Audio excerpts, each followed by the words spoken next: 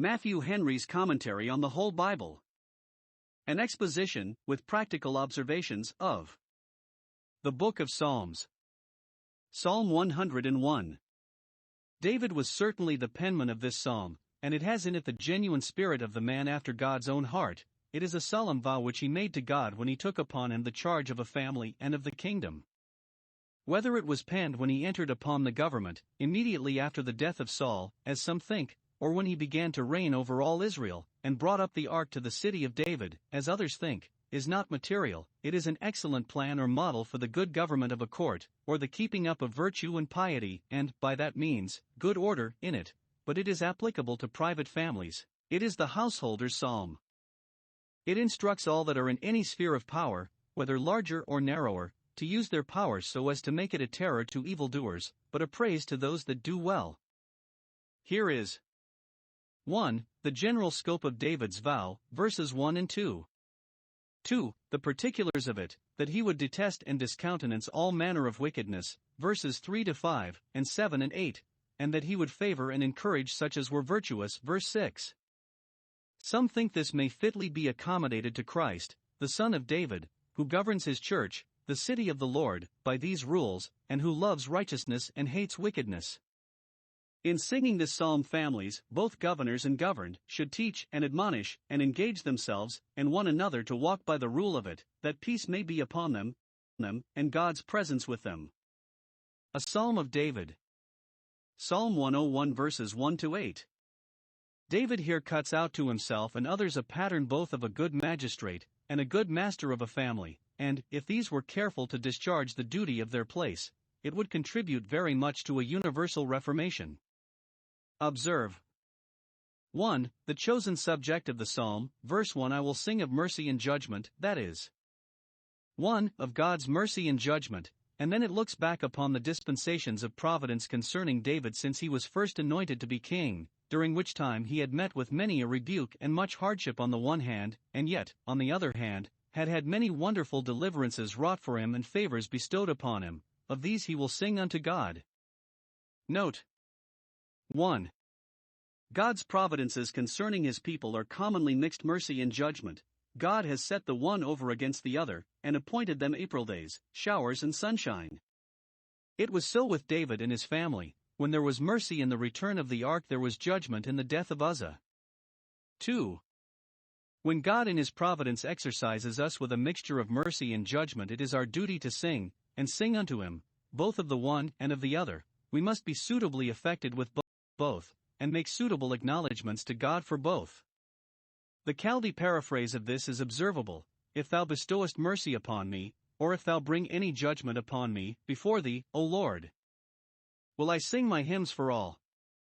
Whatever our outward condition is, whether joyful or sorrowful, still we must give glory to God, and sing praises to him. Neither the laughter of a prosperous condition nor the tears of an afflicted condition must put us out of tune for sacred songs.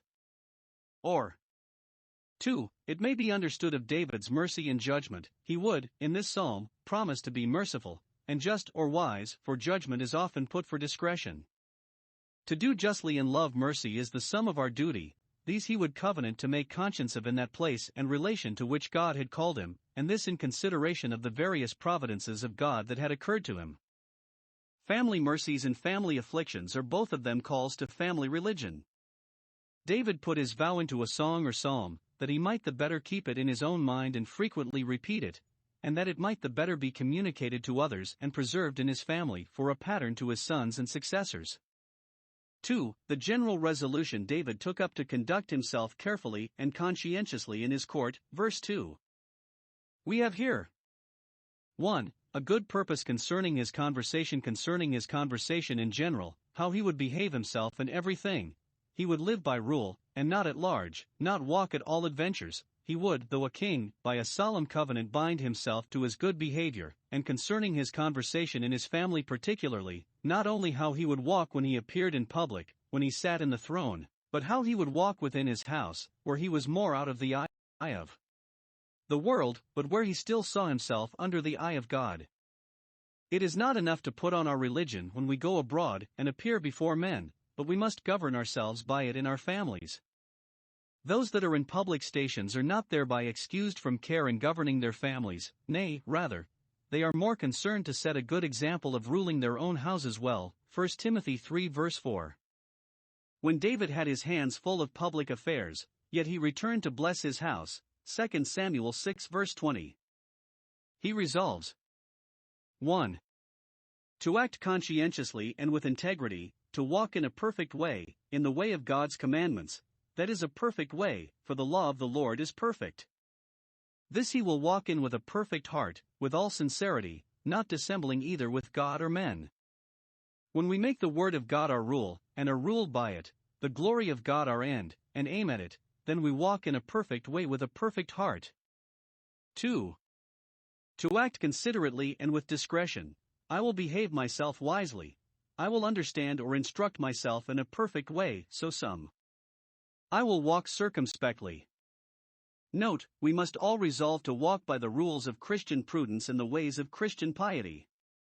We must never turn aside out of the perfect way, under pretense of behaving ourselves wisely, but, while we keep to the good way, we must be wise as serpents. 2. A good prayer. O, and wilt thou come unto me? Note, it is a desirable thing, when a man has a house of his own, to have God come to him, and dwell with him in it, and those may expect God's presence that walk with a perfect heart in a perfect way. If we compare the account which the historian gives of David, 1 Samuel 18 verse 14, we shall find how exactly it answers his purpose in prayer, and that neither was in vain. David, as he purposed, behaved himself wisely in all his ways, and, as he prayed, the Lord was with him. 3. His particular resolution to practice no evil himself. Verse 3, I will set no wicked thing before my eyes, I will not design nor aim at anything but what is for the glory of God and the public welfare. He will never have it in his eye to enrich himself by impoverishing his subjects, or enlarge his own prerogative by encroaching on their property. In all our worldly business we must see that what we set our eyes upon be right and good, and not any forbidden fruit, and that we never seek that which we cannot have without sin. It is the character of a good man that he shuts his eyes from seeing evil, Isaiah 33 verse 15. Nay, I hate the work of those that turn aside from the paths of equity, Job 31 verse 7, not only I avoid it, but I abhor it, it shall not cleave to me. If any blot of injustice should come on my hands, it shall be washed off quickly. For his further resolution not to keep bad servants, nor to employ those about him that were vicious. He will not countenance them, nor show them any favor, lest thereby he should harden them in their wickedness, and encourage others to do like them. He will not converse with them himself, nor admit them into the company of his other servants, lest they should spread the infection of sin in his family. He will not confide in them, nor put them in power under him, for those who hated to be reformed would certainly hinder everything that is good. When he comes to mention particulars, he does not mention drunkards, adulterers, murderers or blasphemers. Such gross sinners as these he was in no danger of admitting into his house, nor did he need to covenant particularly against having fellowship with them, but he mentions those whose sins were less scandalous, but no less dangerous, and in reference to whom he needed to stand upon his guard with caution, and to behave himself wisely. He will have nothing to do 1. With spiteful malicious people, who are ill-natured, and will bear a grudge a great while, and care not what mischief they do to those they have a pique against. Verse 4. A froward heart, one that delights to be cross and perverse, shall depart from me, as not fit for society, the bond of which is love.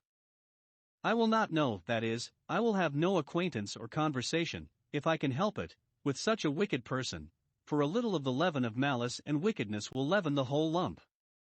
2. With slanderers, and those who take a pleasure in wounding their neighbor's reputation secretly. Verse 5. Whoso privily slanders his neighbor, either raises or spreads false stories, to the prejudice of his good name, him will I cut off from my family in court. Many endeavor to raise themselves into the favor of princes by unjust representations of persons and things, which they think will please their prince. If a ruler hearken to lies, all his servants are wicked. Proverbs 29 verse 12. But David will not only not hearken to them, but will prevent the preferment of those that hope thus to curry favor with him. He will punish not only him that falsely accuses another in open court, but him that privily slanders another. I wish David had remembered this vow in the case of Mephibosheth and Ziba. 3. With haughty, conceited, ambitious people, none do more mischief in a family, in a court, in a church, for only by pride comes contention. Therefore him that has a high look and a proud heart will I not suffer. I will have no patience with those that are still grasping at all preferments, for it is certain that they do not aim at doing good, but only at aggrandizing themselves and their families. God resists the proud, and so will David. 4. With false deceitful people, that scruple not to tell lies, or commit frauds. Verse 7. He that worketh deceit, though he may insinuate himself into my family, yet, as soon as he is discovered, shall not dwell within my house. Some great men know how to serve their own purposes by such as are skillful to deceive, and they are fit tools for them to work by, but David will make use of no such persons as agents for him. He that tells lies shall not tarry in my sight, but shall be expelled the house with indignation. Herein David was a man after God's own heart, for a proud look and a lying tongue are things which God hates, and he was also a type of Christ, who will, in the great day, banish from his presence all that love and make a lie. Revelation 22 verse 15. His resolution to put those in trust under him that were honest and good. Verse 6. My eyes shall be upon the faithful in the land. In choosing his servants and ministers of state he kept to the land of Israel, and would not employ foreigners. None shall be preferred but true-born Israelites, and those such as were Israelites indeed, the faithful in the land, for even in that land there were those that were unfaithful. These faithful ones his eyes shall be upon, to discover them and find them out, for they were modest, did not crowd into the city to court preferment, but lived retired in the land, in the country, out of the way of it. Those are commonly most fit for places of honor and trust that are least fond of them, and therefore wise princes will spy out such in their recesses and privacies, and take them to dwell with them and act under them. He that walks in a perfect way, that makes conscience of what he says and does, shall serve me. The kingdom must be searched for honest men to make courtiers of, and if any man is better than another, he must be preferred. This was a good resolution of David's, but either he did not keep to it or else his judgment was imposed upon when he made Ahithophel his right hand. It should be the care and endeavor of all masters of families, for their own sakes and their children's, to take such servants into their families as they have reason to hope fear God.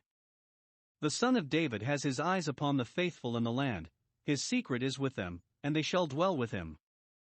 Saul chose servants for their goodliness, 1 Samuel 8 verse 16, but David for their goodness.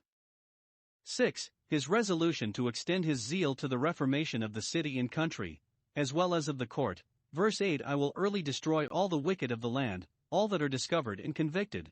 The law shall have its course against them. He would do his utmost to destroy all the wicked, so that there might be none left that were notoriously wicked. He would do it early, he would lose no time and spare no pains.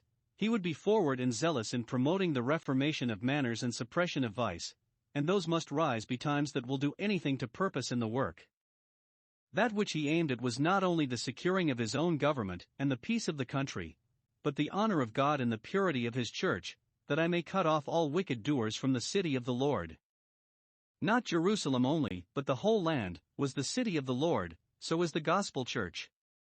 It is the interest of the city of the Lord to be purged from wicked doers, who both blemish it and weaken it, and it is therefore the duty of all to do what they can, in their places, towards so good a work, and to be zealously effected in it. The day is coming when the Son of David shall cut off all wicked doers from the new Jerusalem, for there shall not enter into it any that do iniquity.